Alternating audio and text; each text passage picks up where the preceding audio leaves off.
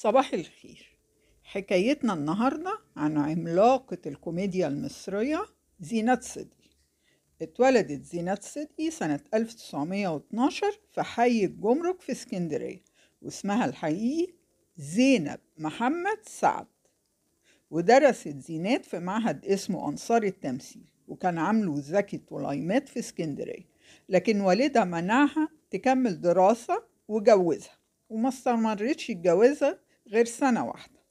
وبدأت زينات حياتها الفنية مطربة ورقصة في بعض الفرق الفنية. وشافها نجيب الريحاني وعرض عليها دور في مسرحية من مسرحياته، وهو اللي سماها زينات صدقي.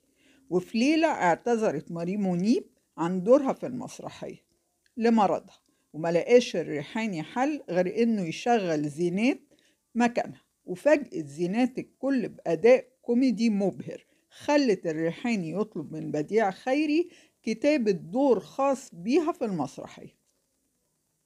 وأول فيلم اشتركت فيه زينات صدقي كان فيلم وراء الستار سنة 37. وبعدين قدمت مجموعة كبيرة من الأفلام وصلت لحوالي 400 فيلم، زي إسماعيل ياسين في الأسطول، حلاق السيدات، ابن حميدو، الآنسة حنفي وغيرهم.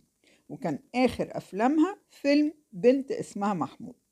واشتغلت زينات صدقي مع معظم الممثلين الكبار زي إسماعيل ياسين وشادية عبد الحليم حافظ، أنور وجدي وغيرهم. وكانت زينات صدقي عزيزة النفس، وكان كبريائها بيمنعها إنها تتسول دور تمثل. واتدهورت أحوالها المادية وبدأت تبيع عفش بيتها عشان تعيش. وكرمها الرئيس السادات وعمل لها معاش استثنائي مدى الحياة. وبعد شهور من تكريمها اتدهورت حالتها الصحية، وفضلت 3 شهور تصارع المرض بسبب متاعب في الرئة وهبوط في القلب. وتوفت زينات صدقي في مارس سنة 78 وكان عندها 66 سنة.